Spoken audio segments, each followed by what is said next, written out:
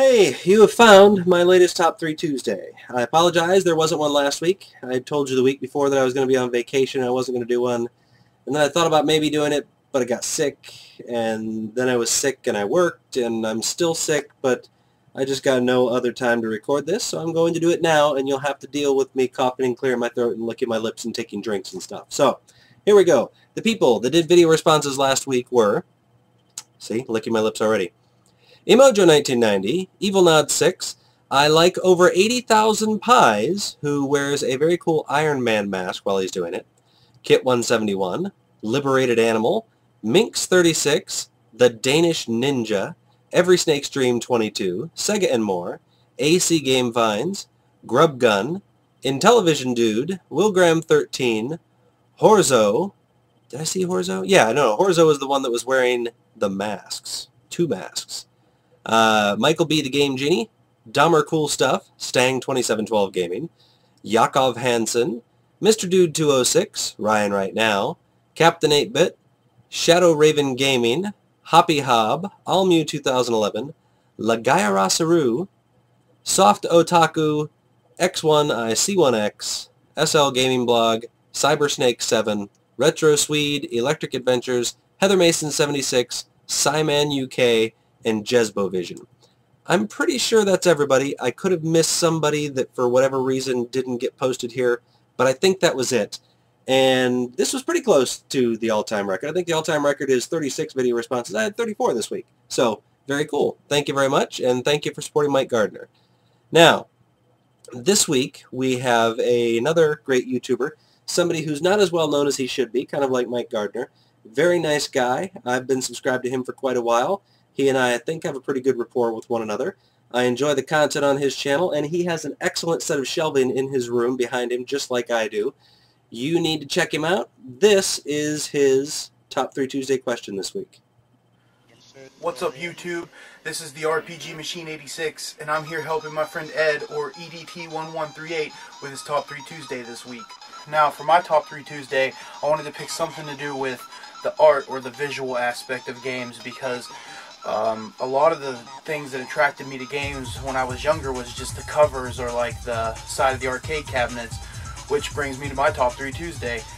Your favorite display or side of an arcade cabinet, or just the art of an arcade cabinet that you saw and you were like, oh my god, I've got to play that, or it looks so cool, it just has to be played.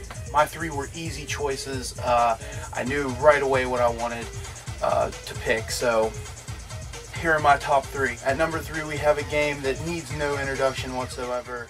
That's right, bitch. It's Donkey Kong. I remember seeing Mario chasing this mischievous ape up this ramp trying to get his woman back and just fell in love. Who doesn't want to save the princess? And look at the front of this thing. It's beautiful. It's an amazing arcade cabinet. I remember going to a pizza parlor when I was younger called Mario's Pizza, and they had a Mario Brothers arcade cabinet and a Donkey Kong arcade cabinet. And when I saw that Donkey Kong arcade cabinet the first time, I just remember seeing that blue. It said Nintendo on it. I was all about it. Started playing it and just lost myself in it. It was awesome. I used to love going to that place just to play the games. Number 2. So my number 2 arcade cabinet, for just the art, this one just steals the show. Come on, man. They're the world's most fiercest fighting team. And they're hip. Who doesn't love the Ninja Turtles? I mean, this thing just rocks. The color-coordinated controls for each turtle. We got Leo and Raph coming out of the sewers, April standing there with a camera, Donnie eating a piece of pizza in the background, and Mikey swinging off the roof. What more could you want, man? I just love the Ninja Turtles so much. Coming in at number 1. Dun dun dun! So, my number 1 arcade cabinet, for just the art. It would not be this if we were picking for the game, but just for the art. It's an amazing game, an amazing cabinet. Here it is. Centipede has to have some of the coolest artwork of any arcade cabinet ever. When I saw this as a kid, I went ape shit. I had to play it. It was just too cool, man. I mean, mushrooms, explosions, and a giant centipede from space? Sign me up. I just love the artwork on the cabinet. I mean, it's amazing. Just it took you to another world. You saw that and you were just like, what is this game? And I have to play it. And I'll just never forget. I'll never forget that artwork for as long as I live. And I want to raise my mason jar to you, Ed, and all the people that watch this video. Keep watching Ed's videos. He's a great YouTuber. And I'll see you guys next time. Peace. Well, isn't that interesting? Thanks for stealing my thunder on Centipede. Now, this is actually kind of a tough one for me. It would be easier if I'd gone and done some research beforehand, but again, I'm doing this spur of the moment, trying to get it out quick because this is the only time I have.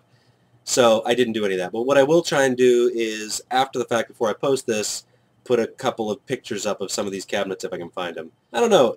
What makes this one tough is he wanted video game art that drew you in and made you want to play the game. And in a lot of cases, when you would walk into arcades, the arcade machines would be side by side, so you couldn't see the side art. And that makes it kind of tough. But if you just go from the standpoint of your favorite arcade cabinet art and ignore the fact that it drew you in, that might be a little bit easier. At least that's the way I'm going to go. But there are a couple that had some front art that would draw you in, and it's going to be number 3 for me, Crystal Castles. Now, I really wish I'd done some research before this, and I hope my memory of these things is correct. Crystal Castles, I'm pretty sure, is. Crystal Castles, you know, you had the marquee, but what was really interesting that drew you in on the front of this cabinet is they had the art on the control panel, and it sort of wrapped down and around. I'm sorry, you can't see my hands. Wrapped down and around, and it was 3D art. And it was, well, if you ever played Crystal Castles, you're on Crystal Castles, and they're three-dimensional, and the only way I can think to describe it is the art, it looks kind of like Cubert art with blocks that you go up. I don't know. If I remember, like I said, I'll put pictures up here somewhere so you can see what I'm talking about, because I'm not going to explain it very well.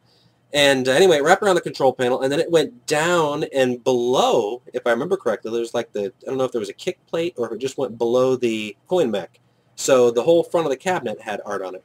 I don't remember if there's art on the bezel or not. I honestly can't remember. But it was very cool looking, and then that continued on the side art, if you were able to see the side art where you were playing it. And the whole side of the cabinet was covered in that weird, blocky, crystal-y castle-type looking stuff. And it was just very neat looking. If you ever get a chance to see one in person, very cool.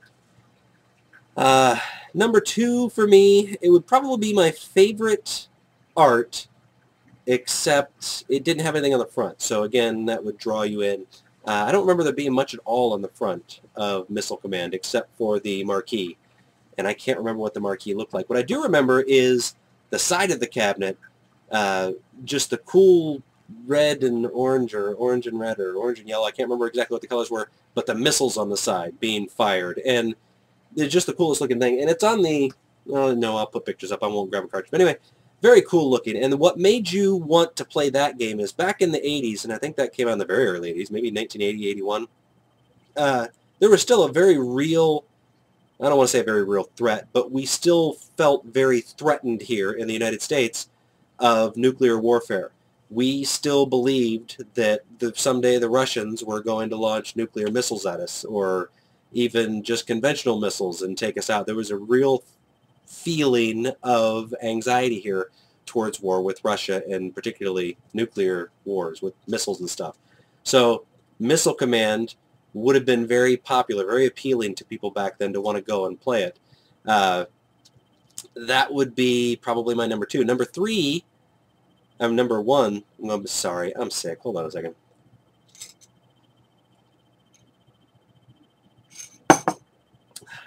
What? Got a problem with my Star Trek cup? Centipede was okay. Star Trek too nerdy for you? Screw you. Everybody watching this is a nerd. Would be Space Invaders. Now, Space Invaders, same kind of reason. I mean, it's got missiles on it, but the one that I remember, and I've seen different side art since then, and I'm not sure if it was on cabinets back then or not, but the one I remember are the big, black, fuzzy-looking monsters holding missiles that they would throw down at you. And that one, I believe, wrapped around to the front of the cabinet. That's why I'm going to make it number 1. I absolutely love that. What it reminded me of is, or at least the monsters, if you have ever seen The Forbidden Planet, the id monster, when he comes and attacks and he hits the shields at the spaceship, and you see this outline of a fuzzy mon. Now, he only had 2 legs, but that's what the Space Invader monsters sort of reminded me of, just because they're sort of that jagged outline. And I loved that movie as a kid, along with many other old sci-fi movies. So yeah, when I saw those things, that was the sort of, feeling that it elicited in my mind, the Forbidden Planet, which I loved as a child. And then again, the missile theme, them throwing missiles down at you. I'm sure that somewhere somebody imagined the black evil monsters as probably Russians too, who knows. We blamed everything on the Russians back in the 80s, so sorry if there's any Russian viewers out there. We don't now. We think that you're nice people. Did my chair just move down?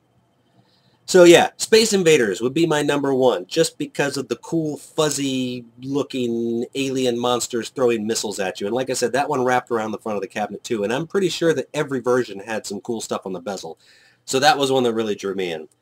So I'm going to go take some medication and fall asleep now.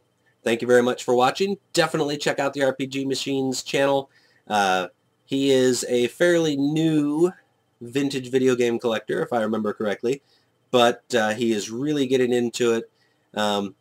He's got a fair number of subscribers on here, but I don't think as many as he deserves.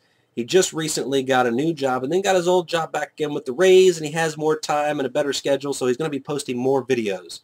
Check him out. RPG Machine 86 is awesome. Thank you very much for watching.